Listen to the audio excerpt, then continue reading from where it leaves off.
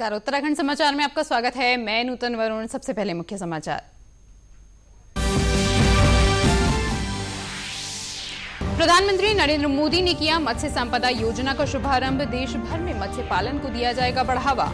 पशुपालकों का मददगार बनेगा ई Gopala app.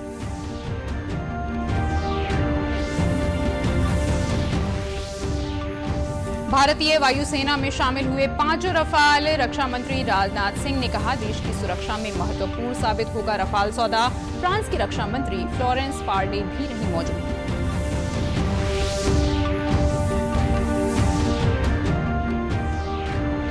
Rapid antigen test को लेकर स्वास्थ्य मंत्रालय और आईसीएमआर ने जारी किए निर्देश। लक्षणहीन नेगेटिव मामलों का रैपिड एंटीजन टेस्ट और आरटीपीसीआर परीक्षण दोबारा करना अनिवार्य। एम्स में संवाद डेस्क की शुरुआत।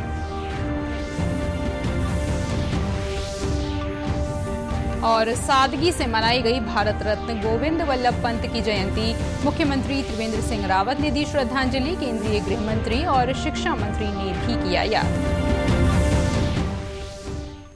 और अब समाचार विस्तार से। प्रधानमंत्री नरेंद्र मोदी ने प्रधानमंत्री मत्स्य संपदा योजना का शुभारंभ किया। प्रधानमंत्री ने कहा कि मत्स्य संपदा योजना एक ऐसा अग्रणी कार्यक्रम है जिसमें मत्स्य पालन क्षेत्र के सतत विकास पर अधिक ध्यान दिया गया है।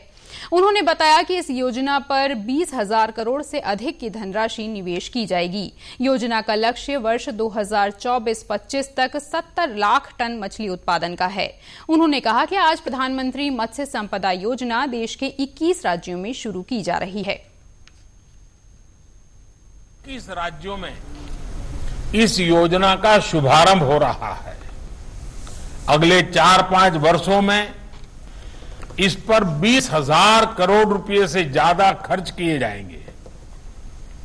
इसमें से आज 1700 करोड़ रुपए का काम शुरू हो रहा है। इससे मछली उत्पादकों को नया इंफ्रास्ट्रक्चर मिलेगा, आधुनिक उपकरण मिलेंगे, नया मार्केट भी मिलेगा।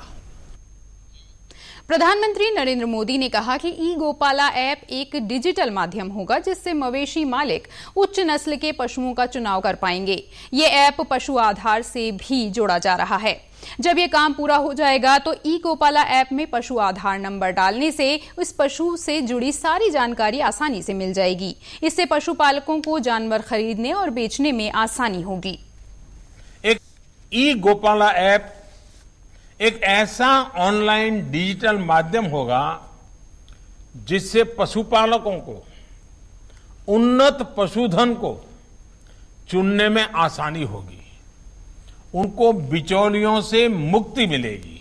हमारे किसान को ये पता चल पाएगा कि उनके पशु को कब क्या जरूरत है और अगर वो बीमार है तो उसके लिए सस्ता इलाज कहां उपलब्ध है। लड़ाकू विमान रफाल विधिवत ढंग से भारतीय वायुसेना में शामिल कर लिया गया है। 5 रफाल को अंबाला के वायुसेना अड्डे पर एक विशेष समारोह के बाद भारतीय सेना में शामिल किया गया। इस अवसर पर रक्षा मंत्री राजनाथ सिंह ने कहा कि रफाल सौदा देश की सुरक्षा के लिए महत्वपूर्ण साबित होगा। इस दौरान भारतीय लड़ाकू विमानों ने प्रदर्शन भी किया। इस प्रदर्शन में स्वदेश निर्मित तेजस और सारंग हेलीकॉप्टर एरोबेटिक टीम ने भी भाग लिया। इस दौरान फ्रांस की रक्षा मंत्री फ्लोरेंस पार्ले भी उपस्थित थीं। उन्होंने रफाल SU-30 और जगुआर विमानों का प्रदर्शन देखा। कार्यक्रम में chief of defence staff general Bipin Rawat और वायुसेना प्रमुख air chief marshal RKS Bhadauria भी मौजूद रहे। 5 रफाल विमानों की पहली खेप 27 जुलाई को फ्रांस से अंबाला के इस वायुसेना अड्डे पर पहुंची थी। अपनी मल्टी रोल कैपेबिलिटीज के साथ यह दुश्मनों के खिलाफ अचूक कार्रवाई करने में भी पूरी तरह से सक्षम है। आज इनका इंडक्शन पूरी दुनिया, खासकर हमारी संप्रभुता की ओर उठी निगाहों के लिए एक बड़ा और कड़ा संदेश है। हमारी सीमाओं पर जिस तरह का माहौल हाल के दिनों में बना है, या मैं सीधा कहूं कि बनाया गया है, उनके लिहाज से यह इंडक्शन बहुत ही अहम है। केंद्रीय स्वास्थ्य मंत्रालय और आईसीएमआर ने कहा है कि कुछ राज्य रैपिड एंटीजन टेस्ट द्वारा परीक्षण किए गए लक्षणात्मक निगेटिव मामलों के लिए आरटी-पीसीआर परीक्षण का अनुपालन नहीं कर रहे हैं। आईसीएमआर और स्वास्थ्य मंत्रालय ने कहा है कि रैपिड एंटीजन टेस्ट के सभी लक्षणों वाले निगेटिव मामलों का आरटी-पीसीआर टेस्ट किया जाना अनिवार्य है। साथ ही लक्षण विहीन मामलों में निगेटिव रिपोर्ट के बाद लक्षण विकसित होने पर रैपिड एंटीजन टेस्ट और आरटी-पीसीआर के माध्यम से दोबारा परीक्षण करना आवश्यक है। इससे ये लाभ होगा कि इस प्रकार के निगेटिव मामले परीक्षण से नहीं छूटेंगे और उनसे संपर्क में आने वाले व्यक्तियों में बीमारी का प्रसार नहीं होगा। इससे ऐसे झूठे निगेटिव मामलों का जल्द ही पता चल सकेगा और उन्हें आइसोलेशन या अस्पताल में भर्ती किया जा सकेगा। पत्र में उन्होंने ये भी दोहराया कि रैपिड एंटीजन टेस्ट का उपयोग क्षेत्र में परीक्षण की पहुंच और उपलब्धता में बढ़ोतरी के लिए किया जा रहा है। ये भी कहा गया है कि हर जिले में एक नामित अधिकारी या एक टीम बनाने के साथ ही राज्य स्तर पर तत्काल निगरानी तंत्र स्थापित किया जाए। इसका उद्देश्य ये है कि कोई भी संभावित पॉजिटिव मामला छूट न जाए। वहीं राज्य में कल कोरोना के नए मामलों का रिकॉर्ड बना है। कल रात जारी हेल्थ बुलेटिन के अनुसार प्रदेश में 1061 नए मामले सामने आए हैं। राज्य में कोरोना का आंकड़ा 27,211 तक पहुंच गया है। वहीं 18,262 मरीज ठीक होकर घर जा चुके हैं। राज्य में 8,500 एक्टिव केसेस हैं, जबकि अब तक 372 कोरोना संक्रमित लोगों की मृत्यु हो चुकी है। एम्स ऋषिकेश में संवाद डेस्क की शुरुआत की गई है। इस डेस्क के जरिए अस्पताल में भर्ती मरीजों से उनके परिजनों की बात कराई जाएगी। साथ ही प्रतिदिन परिजनों को उनके स्वास्थ्य के बारे में भी जानकारी दी जाएगी। इससे ये लाभ होगा कि परिजन अस्पताल में भर्ती किसी भी कोविड मरीज की कुशलता घर बैठे ही प्राप्त कर सकते हैं। इसके लिए एम्स की संवाद डेस्क से संपर्क करना होगा। एम्स अस्पताल प्रशासन ने 7217-014-336 व्हाट्सएप नंबर जारी किया है। इस नंबर पर मरीज के परिजन कॉल करने के अलावा व्हाट्सएप मैसेज भी कर सकते हैं। एम्स के डीन प्रोफेसर यूबी मिश्रा ने बताया कि वीडियो कॉल के जरिए भी मरीज से बात कराई जा सकती है। इसके लिए दोपहर 1 बजे से 2 बजे तक और शाम 5 बजे से 6 बजे के बीच ओपीडी ब्लॉक में बनाई गई संवाद डेस्क में पहुंचकर अपने मरीजों से बात की जा सकती है। एक संवाद डेस्क बनाई है ताकि डॉक्टर्स और रिलेटिव्स के बीच का गैप दूर हो सके। इसमें हम लोगों ने एक नंबर डिसाइड किया है 7217014336। ये नंबर व्हाट्सएप नंबर है जिसमें कोई भी रिलेटिव कहीं से भी बैठ के व्हाट्सएप मैसेज डाल सकता है अपने पेशेंट का नाम और लोकेशन लिख के, तो उसकी जो भी स्टेटस होगी पेशेंट की उसको मिल जाएगी। भारत रत्न पंडित गोविंद वल्लभ पंत की 133वीं जयंती पंडित जीबी पंत राष्ट्रीय पर्यावरण संस्थान अल्मोड़ा में सादे समारोह में मनाई गई। मॉल रोड स्थित उनकी मूर्ति पर माल्यार्पण किया गया। उनकी जन्मस्थली खूंट गांव में विधानसभा उपाध्यक्ष रघुनाथ सिंह चौहान ने श्रद्धा सुमन अर्पित किए। उन्होंने कहा कि जिन स्वतंत्रता संग्राम सेनानियों के त्याग और बलिदान के कारण स्वतंत्रता मिली, उनमें पंडित जीबी पंत मुख्य हैं। वे उत्तर प्रदेश के पहले मुख्यमंत्री और देश के चौथे गृह मंत्री भी रहे। स्वतंत्रता संग्राम सेनानियों ने निकल जाएंगे देश को आजाद करने के लिए, विदेशी दास्ता से छुटकारा पाने के लिए लड़ाइयाँ लड़ी, संघर्ष किया, डंडे खाए, लाठियाँ खाई, जेलों में तमाम कठिनाइयाँ झेली और तब देश को आज़ादी दिलाने के लिए उन्हें बहुत संघर्ष किया और जो विदेशी रास्ता से हमको छुटकारा मिला। तो ऐसे महान योद्धाओं में हमारे गोविंद वल्लभ पंत जी भी थे, जो भारत रत्न जाने जाते हैं। नगर पालिका अध्यक्ष प्रकाश चंद्र जोशी ने कहा कि पंत जी ने अल्मोड़ा के एक छोटे से गांव से निकलकर देश का नाम अंतर्राष्ट्रीय स्तर पर चमकाया। उन्होंने कहा कि वे कुशल राजनीतिज्ञ, वक्ता और अधिवक्ता भी रहे। वहीं मुख्यमंत्री त्रिवेंद्र सिंह रावत ने पंडित गोविंद वल्लभ पंत की जयंती के अवसर पर उनके चित्र पर श्रद्धा सुमन अर्पित किए। उन्होंने कहा कि सरल व्यक्तित्व के धनी पंत जी का स्वतंत्रता संग्राम और भारतीय राजनीति में महत्वपूर्ण योगदान रहा। वहीं गृह मंत्री अमित शाह और शिक्षा मंत्री रमेश पोखरियाल निशंक ने भी ट्वीट करके पंडित गोविंद वल्लभ पंत को श्रद्धा सुमन अर्पित किए। मुख्यमंत्री त्रिवेंद्र सिंह रावत ने प्रदेश के गन्ना किसानों को बकाया गन्ना मूल्य के भुगतान के लिए 193.24 करोड़ की धनराशि स्वीकृत की है। इस धनराशि की स्वीकृत होने से किसानों को उनके बकाया गन्ना मूल्य का भुगतान हो जाएगा। मुख्यमंत्री ने कहा कि गन्ना किसानों को समय पर उनकी उपज का भुगतान करने के निर्देश दिए गए हैं। उन्होंने कहा कि चीनी मिलों के सुधारीकरण और गन्ना किसानों की समस्याओं के त्वरित समाधान की दिशा में भी प्रभावी कदम उठाने के लिए कहा गया है। उन्होंने कहा कि राज्य की सहकारी और सार्वजनिक क्षेत्र की चीनी मिलों के स्तर पर गन्ना किसानों को समय पर भुगतान हो, इसके लिए चीनी मिलों को अपनी आर्थिकी मजबूत करने के लिए काम करना होगा। प्रधानमंत्री स्वनिधि योजना और आजीविका मिशन के तहत हरिद्वार में खोखा और रेहड़ी लगाकर व्यापार करने वाले व्यापारियों के लिए शुरू की गई ऋण योजना का लाभ छोटे व्यापारी भी उठा रहे हैं। हरिद्वार नगर निगम छोटे व्यापारियों का सर्वे कर उन्हें स्वरोजगार के लिए प्रेरित कर रहा है। लॉकडाउन में बेरोजगार हो चुके मजदूर तबके को भी स्वरोजगार से जोड़ने के लिए प्रेरित किया जा रहा है। नगर निगम प्रभारी आयुक्त शैलेंद्र सिंह नेगी ने बताया कि प्रधानमंत्री स्वनिधि योजना के तहत अब तक करीब 85 लोगों के लिए ऋण अनुमोदन किया जा चुका है।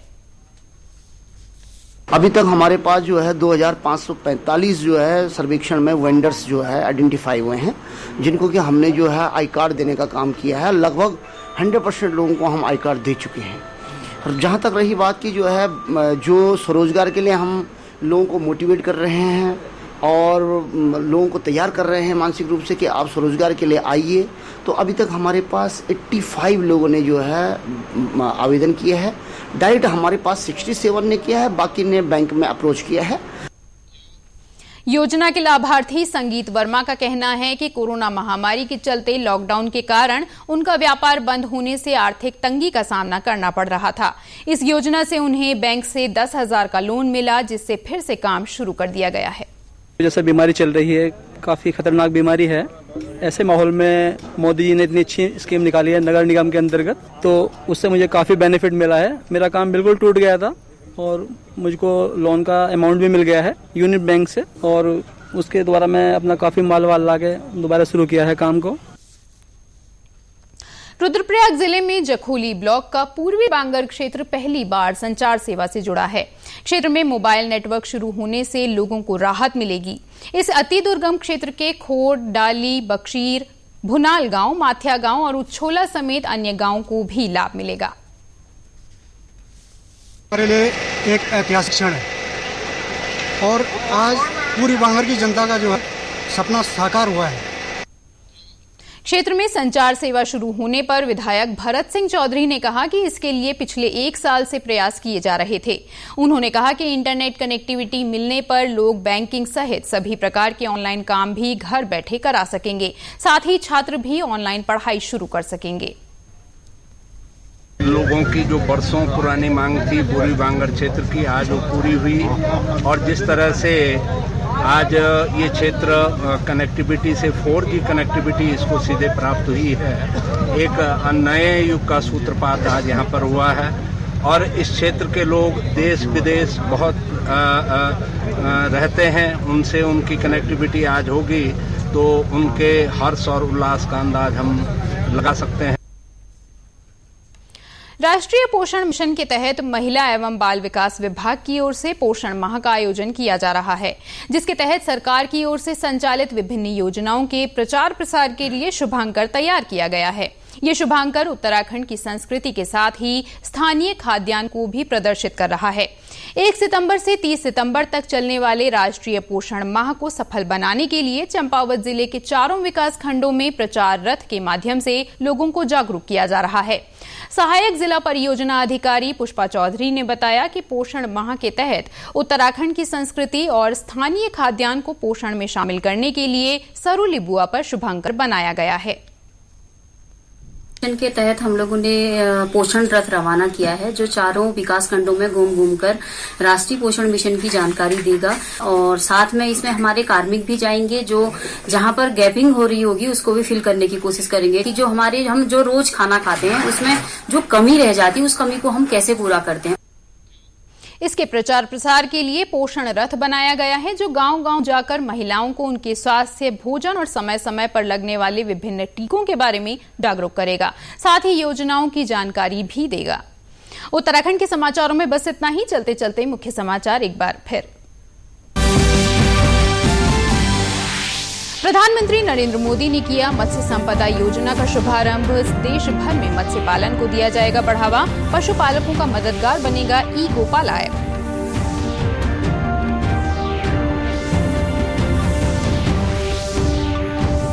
भारतीय वायुसेना में शामिल हुए 5 रफाल। रक्षा मंत्री राजनाथ सिंह ने कहा, देश की सुरक्षा में महत्वपूर्ण साबित होगा रफाल सौदा। फ्रांस की रक्षा मंत्री फ्लोरेंस पार्ले भी रही मौजूद।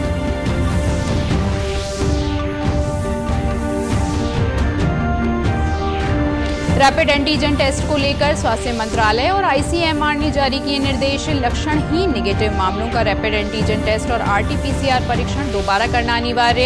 एम्स में संवाद डेस्क की शुरुआत।